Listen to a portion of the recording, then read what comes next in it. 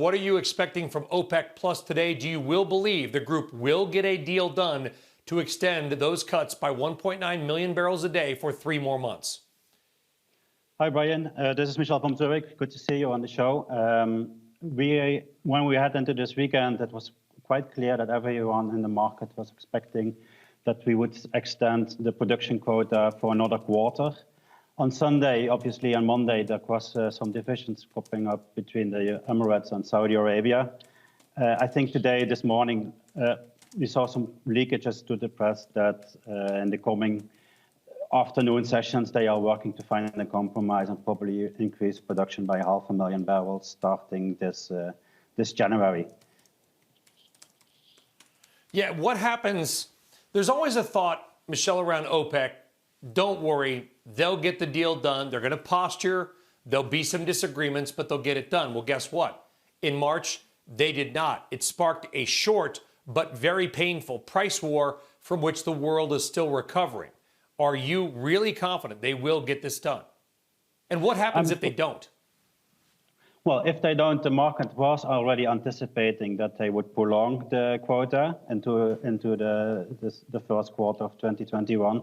So we have seen a strong rally of oil prices in the last 3-4 weeks. Oil went up by more than 25%. So it would become a shocker if there would be a further spat or further division within OPEC. What is clear is that Saudi Arabia has shown strong discipline to other OPEC members that they should adhere to the quota. That also explains why the Emirates are a bit on the wrong footed here. So they also did adhere to the strong quota, but the other members like Iraq and also some smaller OPEC members didn't comply that much. Going forward, I think they really need to learn from the first quarter how the market responds to their activities. I think in our outlook, and we see that oil markets are really set up for a strong global demand rebound in the second quarter next year. And that I think that would position OPEC in a much better position to lift further quotas. Because in the next summer, we see the results coming from the vaccine. We will probably see a pickup in jet flight activity. So everything is set up for stronger commodity markets in 2021. And that would give OPEC a better understanding on that. We showed this, I don't know if it was yesterday or the day before that, because all the days in some ways, Michel, kind of blend in together here as well as probably there, that these commodities, so many copper, coffee, cocoa, steel, lumber, corn, if you name the commodity outside of oil, it's probably at or near record highs. Do you think that's going to continue? Is inflation going to run hot in 2021? Yeah, we are on that same pace. So obviously, all these commodities you mentioned are not as sexy to discuss like the tech stocks. You indicated all of them are up like plus 25% or 20% year to date, which is showing a very indicating and reflecting that we are seeing both supply shocks happening in, for example, the precious metal side. We're also seeing demand shocks coming from especially Asia, where they are hoarding commodities like never before.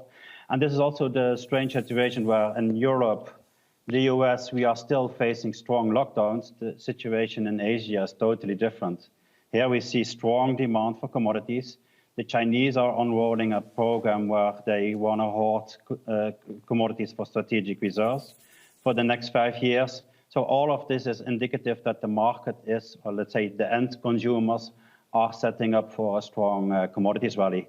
I think investors are really underappreciating the potential that commodities have in the next 5 years.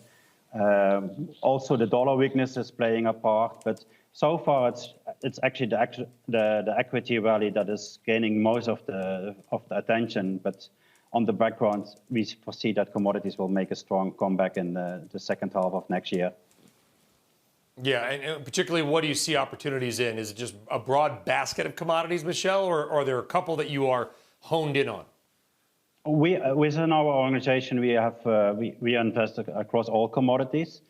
Currently, we have a higher overweight or higher conviction that the metals rally you have seen, or you mentioned that will prolong for another month, couple of months. The ESG story is in play. That means that appetite for power grids, meaning more copper demand. Similarly, the EV story is coming back to the front page in not just Europe, but also in the US, also in China. So all in all, this brings us to a story where gradually the world is transitioned to EVs and renewables, but that doesn't mean that the appetite for commodities will fall apart. So more demand for commodities and EVs means more demand for copper, means more demand for nickel, means more demand for cobalt. And all of these commodities haven't seen massive investments of the last 5-10 years due to the, let's say, the lack of attention, the lack of price movements. So we are foreseeing that in the next, for that reason, foreseeing in the next 5 years that this supply and demand markets will structurally imbalanced. Shepard Smith here. Thanks for watching CNBC on YouTube.